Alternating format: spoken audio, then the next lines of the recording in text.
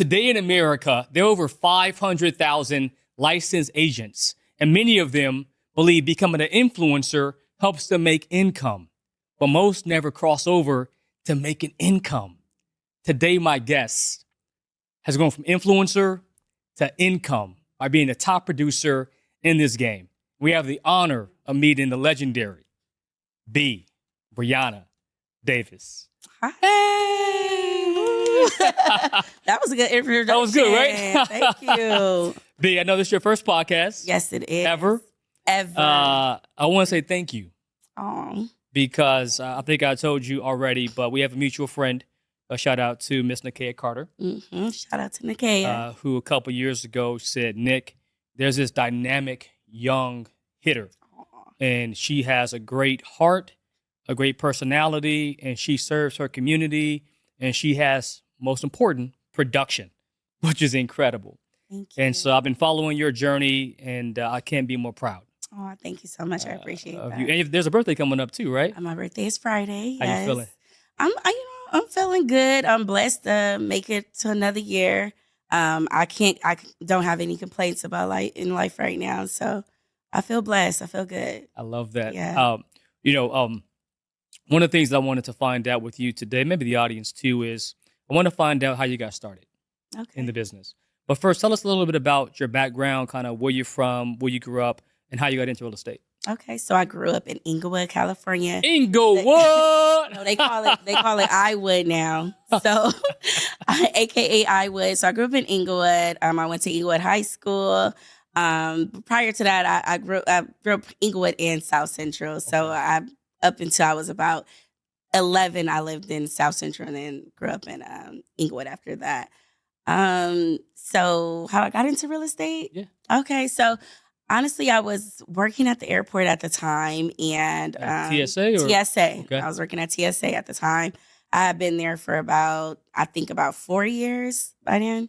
And I had a friend that was he was in the process of purchasing property. So he was about 25 years old at the time. I think I was 21 or 22. I think I was 21. So he was 25, and he was saying that he was in escrow, and he was buying this place in Hawaiian Gardens, a really nice place. It was a townhouse right by the freeway.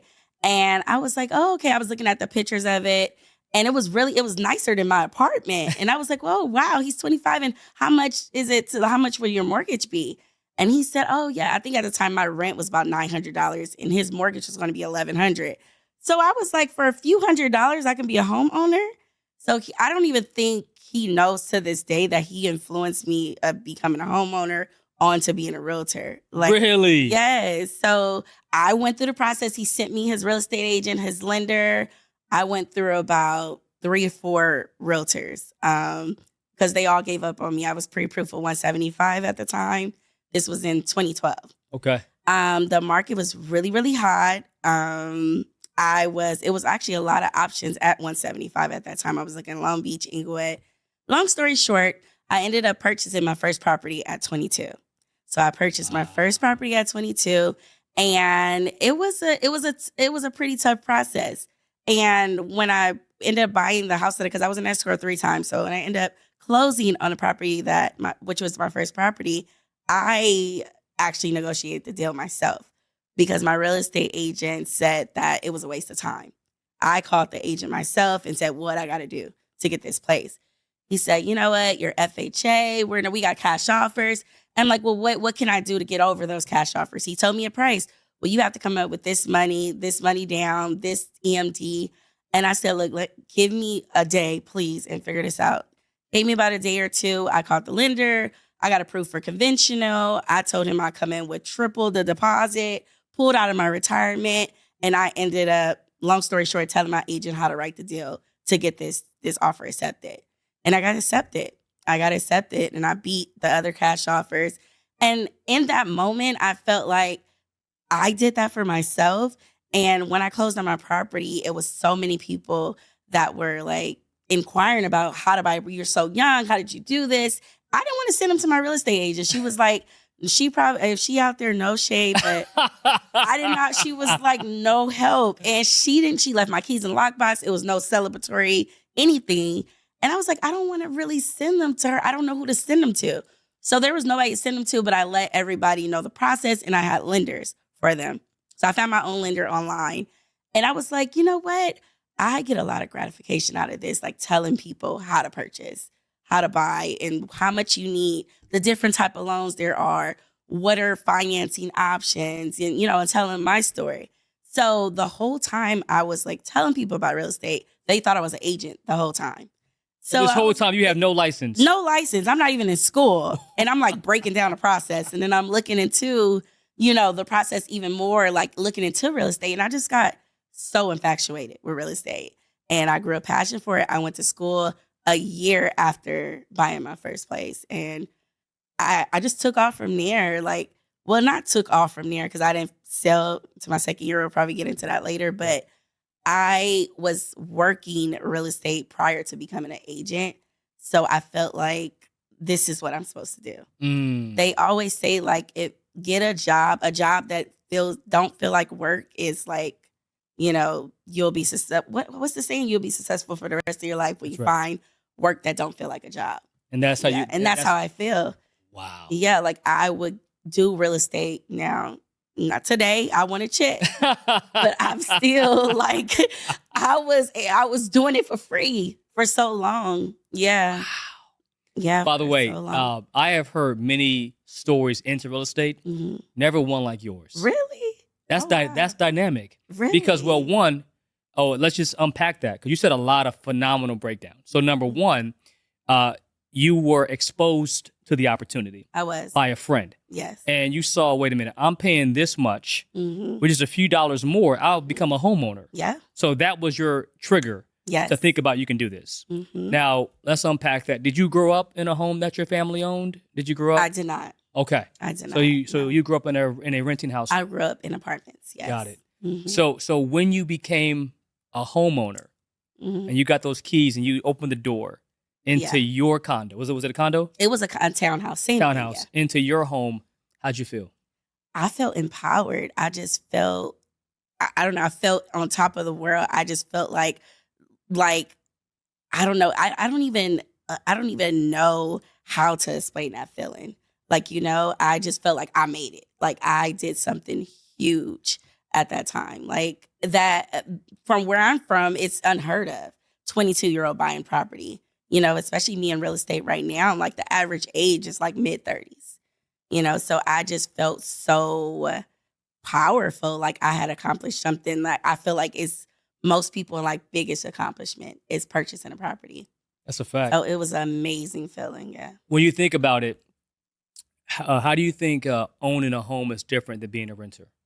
Owning a home is different. So it's many huge differences. First of all, you can make 1,000,000 payments on a rental and would never see a dime in return. I tell people all the time, you're lucky if you get a security deposit back. So I look at rentals. It's just like it's not really compared. I really hate to compare it to leasing a car, but it is. It's just like it's something that's never going to be yours. So owning a property is ownership. It's something that's yours. You can change it how you want to. Nobody can tell you what to do with it. Now you can get kicked out, but it's going to be a little harder for you to get kicked out of. And it's like, I tell people to do not look at a property as a liability. A lot of people want to look at it as liability. Look at it as a bank account. You know what I'm saying? Look at this as a retirement, a source for retirement. So those payments that you're putting into that house, act like it's deposits. You're depositing that money in. When you put those mortgages into that house, those payments are growing interest over time. So you're getting all that back and some. You sell at the right time or even keep it. The goal is not to sell, right? But I'm saying even refinancing, taking money out, that's not an option. So as a homeowner, you are more, you're more in control. That's right. Than you are with the rental. That's right. No, one of the stories that I think about, so my brother and I, we grew up with my mom, single mom. And I think by the time I turned, maybe about 10 years ago, we did some math. And between when she started renting from 21 to, I think, 40, she spent over $400,000 Jesus Christ. in rents. That's most people. With no return. And when it was time for us to become young adults, there was no money for us because it was all in the landlord's pocket, not our pocket. This is a true story. So I want to say 2017. I talk about the power of owning where nobody can take it from you. Right. And so my mom at the time, my brother who was in a drive-by shooting many years ago, we grew up in South Central LA. We grew up in Inglewood too, similar to you.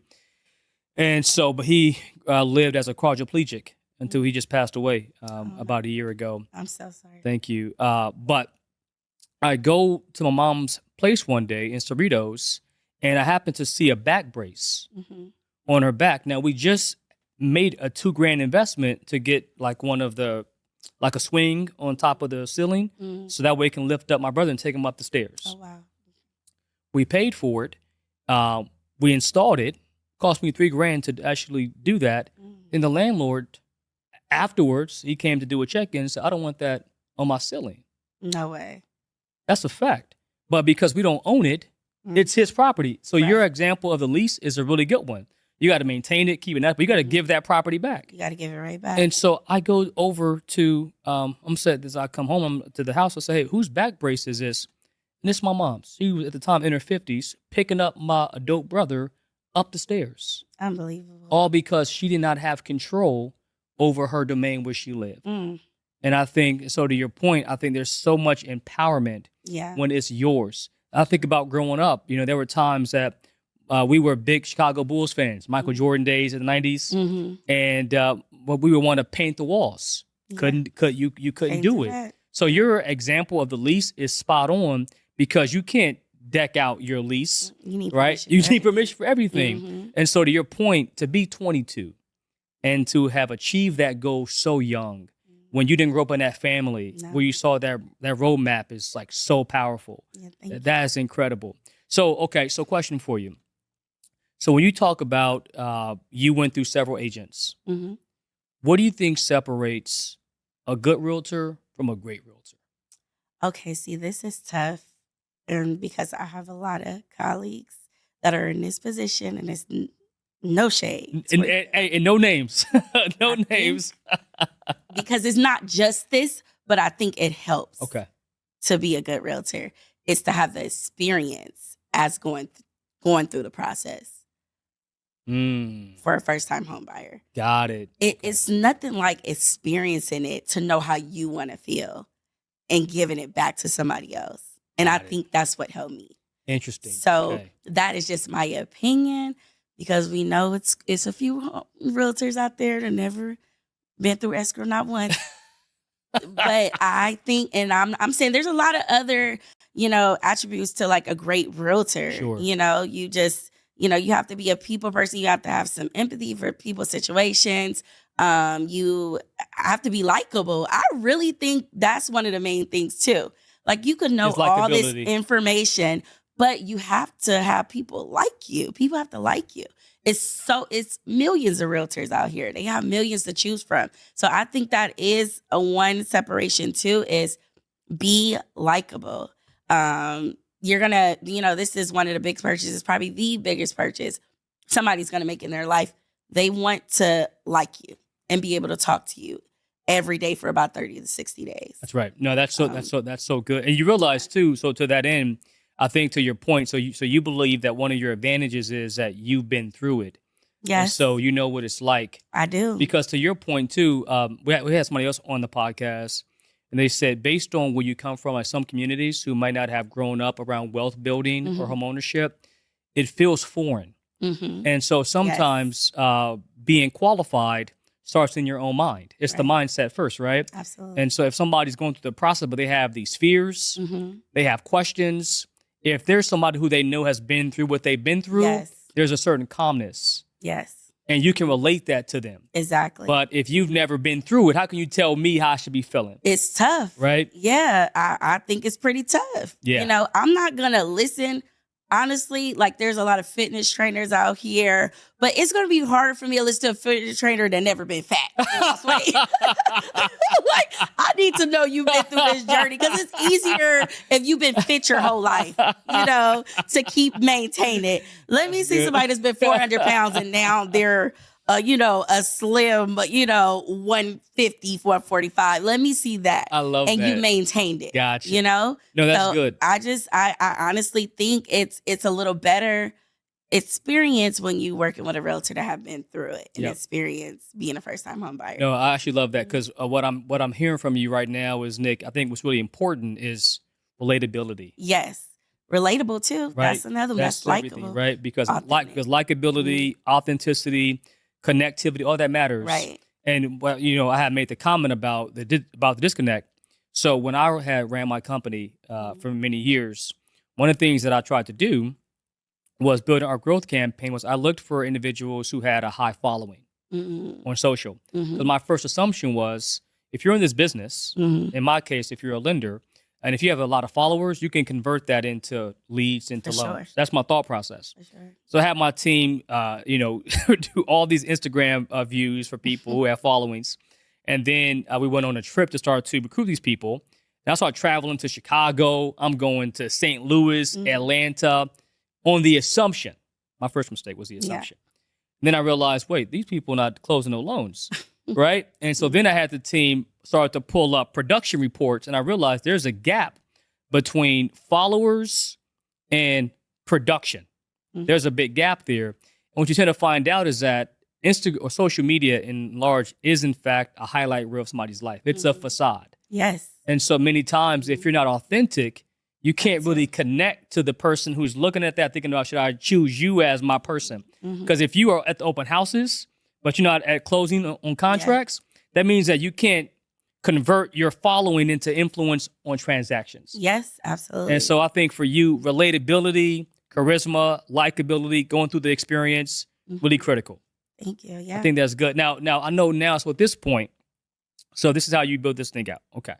Now you going through this process. At this point, you've helped people before you even start getting licensed. Now you get licensed. Okay. How did you go from helping a few people to building the name for yourself to be productive, to have success? Okay, so when I first started real estate, this whole social media thing wasn't the thing that it is today. Gotcha. So somebody else asked me this at another speaking engagement that I did. They said, like, what made you be authentic? And I'm glad you brought that up because I think I am relatable and authentic. That's one of the keys of being a successful realtor. But I wasn't like authentic on purpose. I did not expect to sell to people that I did not know when I first started. I didn't expect that. So the people that I had on social media were my friends and family. I'm talking to them. And I honestly was making them believe that I knew what I was doing. Gotcha. But I was still myself. Gotcha. Because I couldn't, everybody on my social media, my friends and family, I couldn't act like somebody I wasn't because they knew exactly who I was. It wasn't this thing where all these stranger ads and you doing reels and people coming to it was none of that. So those are what everybody I knew, and I was myself with them. When I started my first 3 homes, I feel like after my third property I sold, then that's when I started getting traffic on my page, but I just stayed who I was. Like, I feel like if it was not broke, don't fix it. So do what you were doing, which was being myself for my family and friends. Got it. So there was nothing ever in my mind to portray anything different than myself when I first started this social media and real estate marketing for myself. Gotcha. Okay. So even along the journey, do you believe that you kind of stayed the same in terms of like your image online? Like the same authentic? Is it the same kind of branding or is it? Yeah, I believe so. My sign has changed. I used to have my picture blown up on my sign. I felt like my marketing, I made it a little more refined. I refined it a bit, but I feel like nothing have changed as far as what I put out there to people. I still put my life out there. There is no separate page that said this is me in real life and this is me as a real estate agent. They're merged. So you see my kids, you see my fiance, you see me sometimes, hanging out, having a drink, a few spots. So it's still me online. I don't think I switched anything, but just evolved with social media and started doing better videos for marketing. We didn't have videos when I first started. We only had pictures. Got it. So now I could do a little more with the videos, but that's about it. So you made an investment in the production quality. Yes. But it's still the same. It's still the same. If you go back to 2017 when I made my first sale, it's literally, if you look at the captions, it's the same captions. Interesting. The same everything, that I did back then. It's just maybe a reel now. Got it. With a confetti pop. Now, question for you. Now, was there ever a point, because that was about 8 years ago, 2017, right? Was there ever a point that you thought about changing the branding on your social? There was a lot of talk at one point of having both a business page, a personal page, keeping things separate. Did you ever go through that? Or did you say, you know what, I'm not going to take that route. I'm going to just keep doing what I'm doing because it works? I never wanted to separate the two.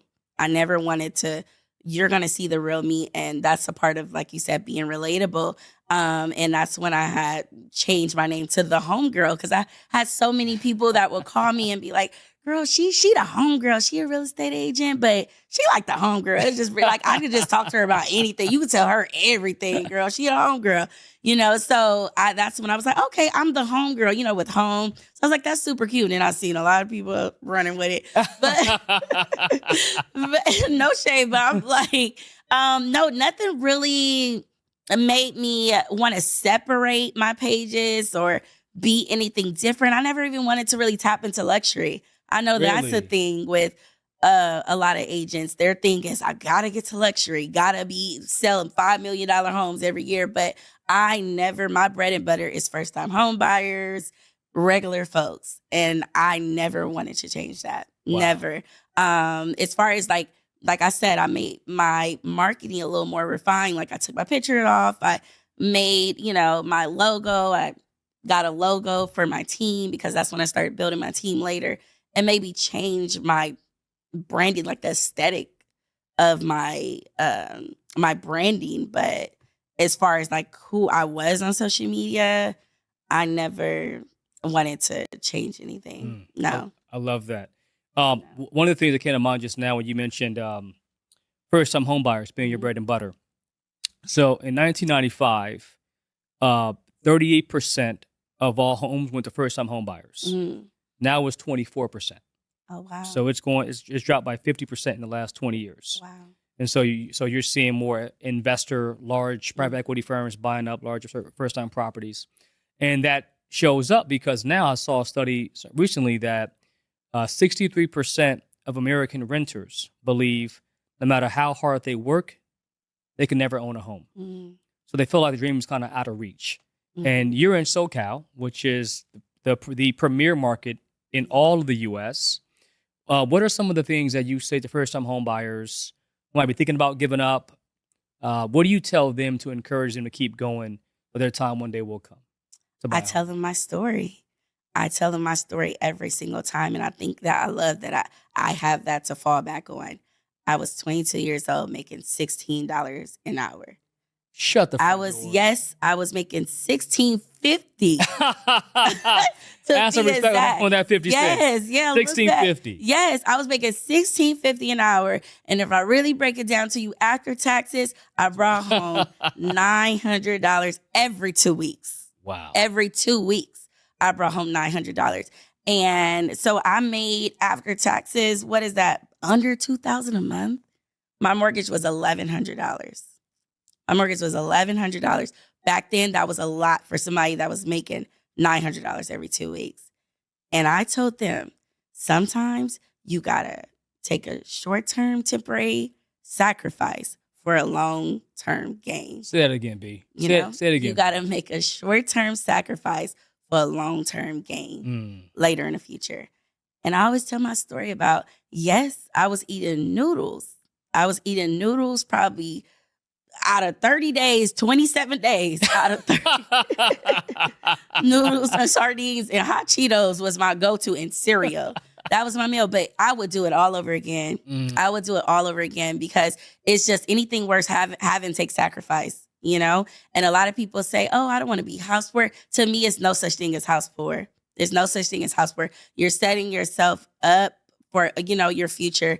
That is an investment. It is an asset, not a liability. And that all those payments I made for 5 years, I tell a story about how it was worth it in the end, because when I sold that house, and I know we're not supposed to sell, but when I sold that house, I bought it for $175 and I sold it for $355 5 years later. I've never seen six figures before being a homeowner. Never. That, ever since selling that home, I never went back from six figures. Seeing six figures. Never. It changed my entire life. Now, I reinvested. I didn't go to, you know, trips and cars. And I did buy a car, but I still reinvested it into another property that gave me even more profit. Yeah, so I dumped it into that, got a better property, and I just kept doing it to this day. That's what I do. So that money sitting in retirement, you know, is not going to gain a profit like it's sitting in that property. So I did take money out of my retirement.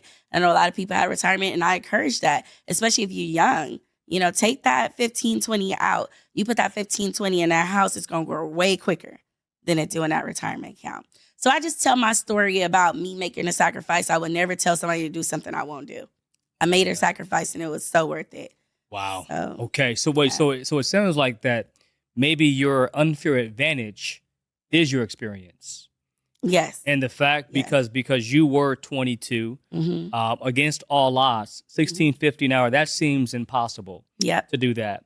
And so when you come across somebody who feels like they need some hope, they can get some Bree.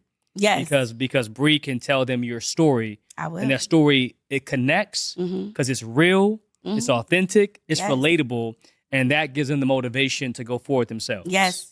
Wow. I probably tell my story at least 10,000 times a week to get them going. Like when they tell me they struggle stories, I don't want to hear it. Let me tell you, you're going to listen to mine. You said noodles. I don't feel sorry. You said noodles, Cheetos, and cereal. Sardines and cereal.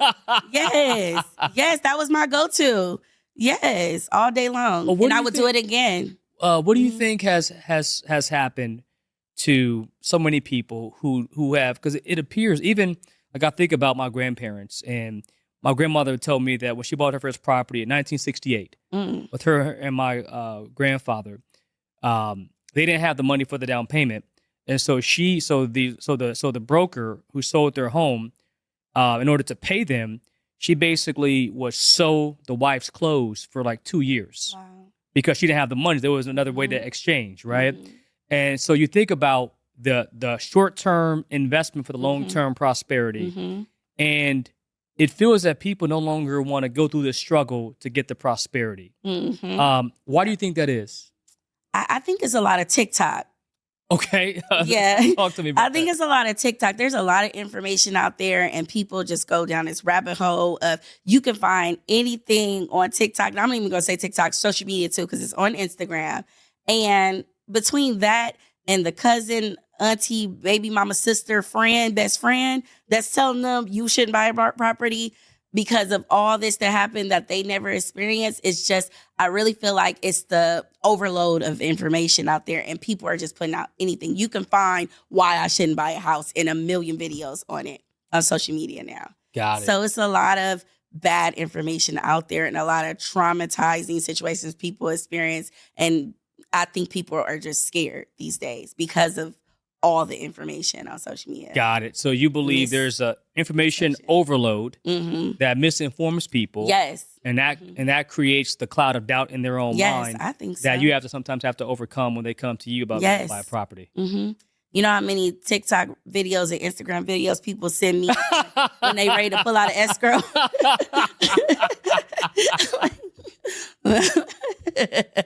I'm serious. This is real life. This is real life. Between that and I told you the uncle, sister, baby, cousin, like it's just a lot of information, negative information people are getting. Got you. Yeah. So we have to On social combat. media. So we have to combat so much negative with stuff like this, right? To get more information out Yeah. that can get them what they need to get in front of a professional Yes. who can help guide them. Mm-hmm. So by the way, going back to you, so 5 years after you bought the property, you sold it. I sold it. You're about 27. I was around 27. Okay. So tell me how that date fell when you closed escrow. Oh my God. I felt like I was the richest woman on earth. B was 6 figures in my bank account. I just felt like I made it. I would never work a day of my life. This is it. I could retire. And I'm gonna be completely transparent. I had exactly 220. I think it was $225,000. It was probably $225,947. And I just felt like I was on top of the world. I really felt Wait, that was your rich. escrow check? That was my escrow check. Wow. Okay. That's from my down payment was $10,000. So I took $10,000 out of my retirement. And mind you, that was a lot down because I didn't use FHA. So that was conventional. That's right. On 175. So I put $10,000 down and pulled out every dime because I haven't been working for TSFA for too long. It's a few years, so I didn't have nothing crazy in there, but I put everything out, everything I could, and it was so worth it. So yeah, I felt rich. That was the first time I ever seen 6 figures. I could not believe it. Wow. I could not believe that real estate really did that. It just was like, it was unbelievable. So I looked at that account for probably months. Every day I woke up, I just signed into my account just to make sure I wasn't dreaming. wow. Okay, Yes. so your $10,000 investment within 5 years Yes. became over $200,000 Yes. in escrow check in your account. In my bank account. And you That's were- after the fees, That's right. escrow fees, all that. That's how much I had. And you were like, this is it for me. Buyer's agent fee. Yes. I said, I made it. I never have to work again. I never have to work again. Of course, from then, it was other stuff that happened after that. But yes, I really felt like, wow, this is the key to success. Got it. Real estate. See. Like, I love yeah, that. I cracked the code. See. Yeah. So before we pivot, so last thing for me on this.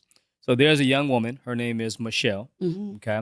She's 28 years old. She's hearing this as well. She lives in South Central LA. Mm-hmm. She's going to college. Mhm. She's the first in her family to achieve that. She's working, doing her thing, and she's thinking about buying a home. She's not sure. She's going to TikTok. She's seeing stuff. She's thinking, should I? She's so confused. There's so much stuff going out there. Mhm. She's not sure what to do. Mhm. And she sees you on this video, and she's like, Bree, I don't think I should do this. Mhm. I'm not sure why I should do this. What do you say to her? What is the worst that can happen? And if they tell me, oh, I'm not going to be able to afford it, all that, there is so many platforms out there now to utilize your homes. It's like ridiculous. It's like so many, even more than when I bought a house for the first time. What is the worst that can happen? Oh, I lose my job. I'm not going to be able to afford the payment. Okay. Well, if you have equity, sell it. If you don't have equity, rent it out.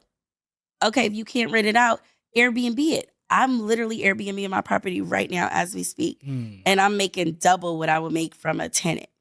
Really? Yes. As we speak, I have an Airbnb guest in my condo in downtown LA. Yes. And I'm making double the profit of. Now, there's some cons to Airbnb, but it's still an option. Okay? So you have, in the end, there's another option. I don't know if I should be putting that out there, but do you know how long it takes for the bank to foreclose on your house? Do you know how long? That landlord is going to be knocking at your door like day 31. It is not like literally knocking at your door immediately when you don't pay that rent, at the end of the first of that month. So for a property, it's months. You in the game, it's quite a few months. I've seen people between me and y'all that over a year before the bank just said, okay, your time is up. And there's so many programs out there. It's just, what is the worst that can happen? It's so many ways around you just completely losing your home and getting foreclosed on. It's so many other options before that happens. Got it. Wow. So I love that. yeah, so I say all that to say the foreclosure, it takes a while. So hopefully you're going to figure out something before the end. That's all I say. What is the worst that could happen? And I just give them alternatives after that. No, I think that's really good. And I think just to add on top of that too, I think what I would say, if I can look in the camera right now, and I would say, I'm talking to Michelle, you heard what Bree said. She's spot on. I think big picture is you can't build wealth if you have fear. They don't mix like oil and water. It's a bad recipe.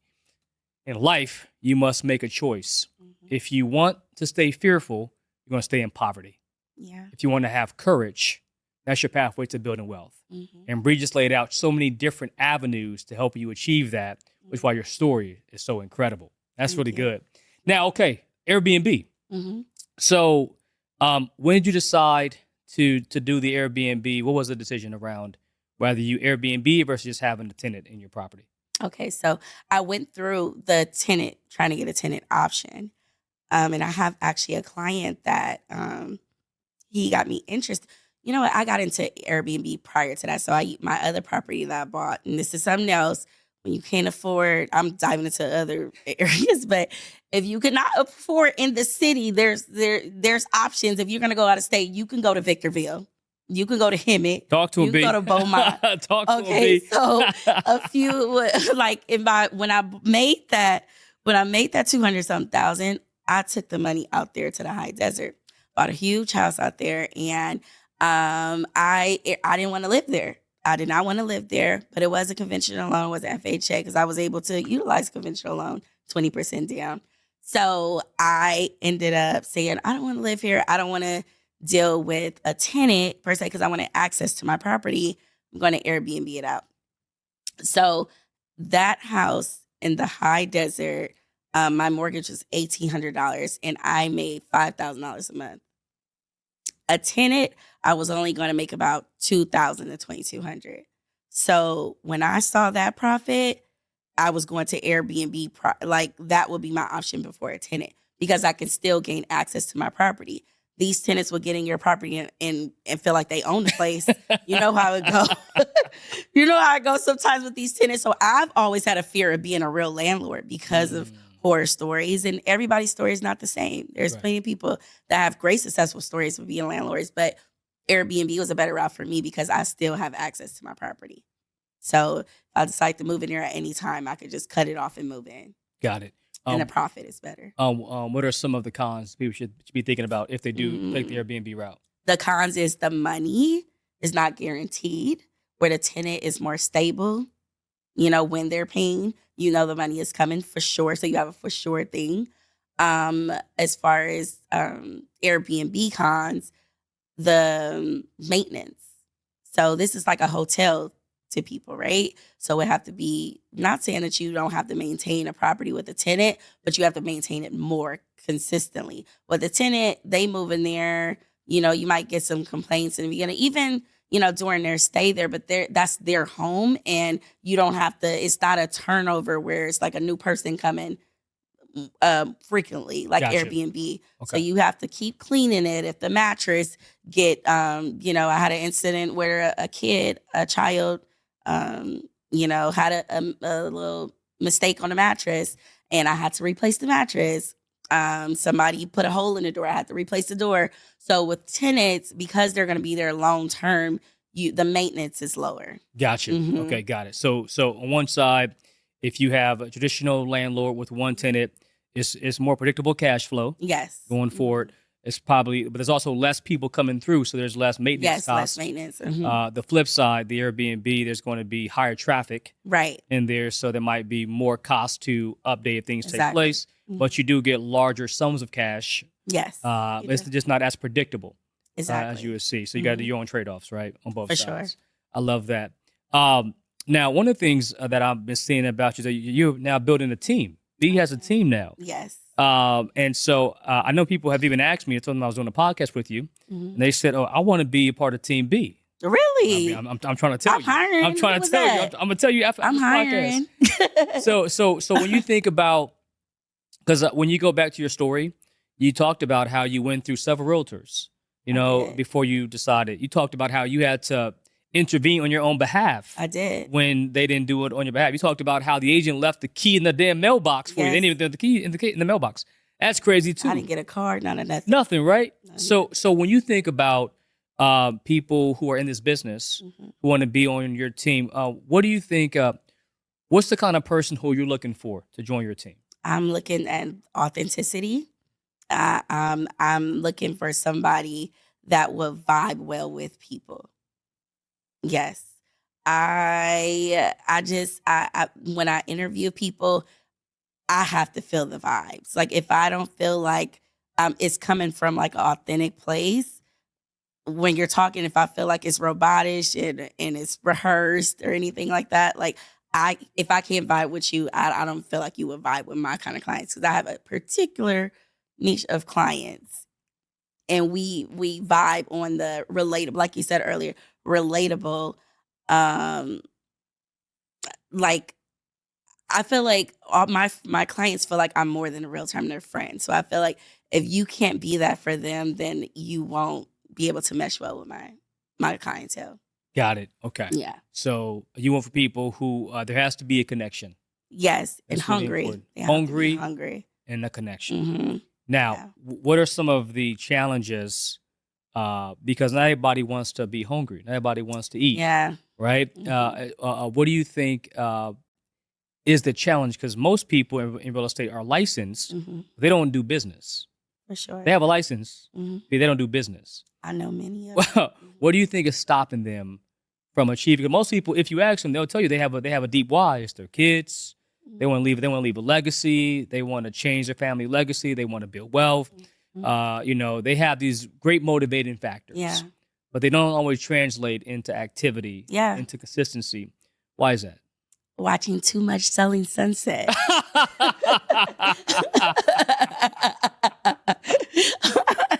That's really what it is. Like, they think it's easier than what it is. Like, a lot of people think real estate is like a get rich quick career. It's not. Like, so I think there's not, and me included, there's not enough successful real estate agents online telling their real stories. Like, they say, you know my glory, but you don't know my story. You don't know when I was running to Victorville and Bakersfield, Long Beach, and Anaheim in one day. You don't know that was part of the business at one point before the team. So, and do all that for weeks at a time, and only one of those deals closed, and then you had to cut your commission because the buyer was short closing costs. So out of all that you did, you really didn't see too much of anything. But that's why you have to have a passion for it in this business. If you are looking for them checks to come immediately with little work, you're not going to be successful in this business. There's many, many times I have worked for free. There's times I put out money on deals and never seen them. Not only did I not get paid, I lost money on deals, listings, thousands of dollars lost, buyers pay for certain stuff, appraisals and inspections, money they didn't have, and never closed. So it's part of business. And I think people look at the glamour side of real estate and not the real side of real estate. Yeah. Yeah. The glamour side, not the real side. Mm-hmm. Like, that's a Yeah. bar. I'm going to use that one. Yeah. Good. And then they get in this business and think they can, I say this all the time, stand in front of these $1 million homes and take photo shoots, and that's what's going to get the deal. And that's not how it works. That is not how it works. Even these 3D videos, everybody is looking at the same $5 million homes on everybody's pages. You got to do something different. Okay, you got to work. You have to work. Meet people, get out there, network, learn a business, be hungry and really put some effort into, getting it. I love that. Mm-hmm. If you think about the future of your business, let's say the next 3 to 5 years, Mm-hmm. where do you want to be in this business? I want to eventually, I know a lot of people said I should have did this, but on my own brokerage, have a nice boutique brokerage in LA, luxury, not luxury, not as far as like the clients, but a luxury Experience?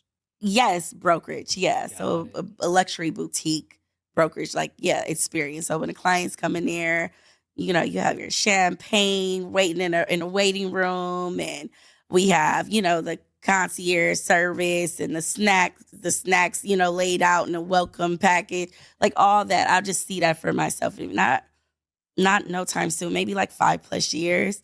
But yeah, I have this whole vision of like this luxury experience boutique, Black boutique in LA.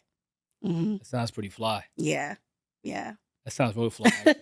I love that. Like, we still taking our $400,000 clients. We still doing all that, but the experience is going to be luxury. I love it. Yeah. And then at this point, what gives you the most joy in this business? What gives me the most joy? I think that's because my like I said, my niche is first time home buyers. I think I'm gonna never get outside of that because I get gratification from the joy that my clients have when they get their key. Like, I feel like I don't have that same experience with listings. I love listings, that's fine, but I don't really market to being a listing agent because that's what get me joy. First time home buyers and their emotions when they get that key, and the feeling that they have like they accomplished something amazing and I was part of that journey is what gives me joy. Like, just being part of many people's life-changing experience journey. I love that too, by the way. Thank you. Yeah, no, that's incredible. Matter of fact, I tell this story pretty often too, but so before I became a executive in lending business, I was the LO for many years. Mm-hmm. And we started on the west side, like Santa Monica, west side area. And I would say that when I would close those transactions, it felt like a transaction. Mm-hmm. We were able to use some lending guidelines, some product to help them buy the property. But it's like the families already expected to buy a home. Mm-hmm. 20% down payment, right. FICO score 780. Their mom or dad had a gift for them. They grew up in a home their parents owned. It was like, it's what we do. We go to college, we work, we buy a home. But then when I started to migrate on the south side of LA, it became like hugs and like tears. Yeah. Right. And it became emotional. More emotional. It wasn't just a handshake. It was like, come here. You know, it was like, because in those communities, it's a different appreciation. Yes, it is. Because like you said, many times, not only are you the agent, but you're their friend, you're their psychologist, you're their therapist. Right. Because what you realize is that when it comes to money or ownership or wealth, you think about responsibility. Right. You think about, what if this doesn't work out? All these fears are traumas. They show up. Yeah. And somebody has to be there to talk us off the ledge and say, no, you got this. Yeah. You can do this. And so when you walk through with them and they got it done, it felt like you did that together. Right. And that memory will always be there for life. Mm-hmm. Like, no, somebody's going to say, well, my first property would be, now I got my second property, but that first property, I'm never going to forget it. For sure. You know what I mean? Mm-hmm. I think that's so special. Mm-hmm. For sure. So last part for me, there's a few more questions. So you have a son now. Yes. And he's one. He's one. Going on 15. When you think about the legacy, and you're still very young, but when you think about the life that you want him to live, what's your vision for your son? What do you want your son to be? Who do you want your son to become?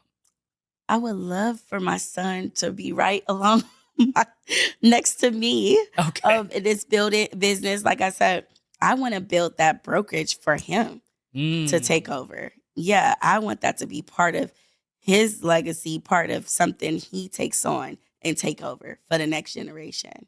So, yeah, I mean, if he decides to go another path, that's totally fine. I see a lot of, celeb kids. I'm not saying I'm a celeb, but I'm just giving an example of, they may be actresses or singers or athletes and their kids don't take that same journey. So if he decides to do something else, that's fine. But my vision for him is to start off where I left it, like take over, like me pass the baton to him. You know what, Solomon, he might appreciate this, but about a month and a half ago, you're in this chair is a friend of mine, and you see him on the pod. His name is Jason, and he owns a big company, and he's a mortgage banker. And I asked him because his mother, she was in her late 70s and she just passed away. Oh. But his mother was one of the first women lenders in the 1980s Wow. in LA. And he tells a story about how she brought him into the business. Her legacy was him. And so when I asked him what his mom meant, he tells that story basically. So Jason was your son at one, and the mom had that vision, and he manifested that vision. So that could so become true, because that was her story 40 years ago. I hope so, yeah. Which is incredible. That's beautiful. It is, right? I love that. B, so for an agent who's watching this, who's thinking about, they love your story. They think you could be a great leader for them. They're looking at coming into a team that's more supportive, that helps them grow their business.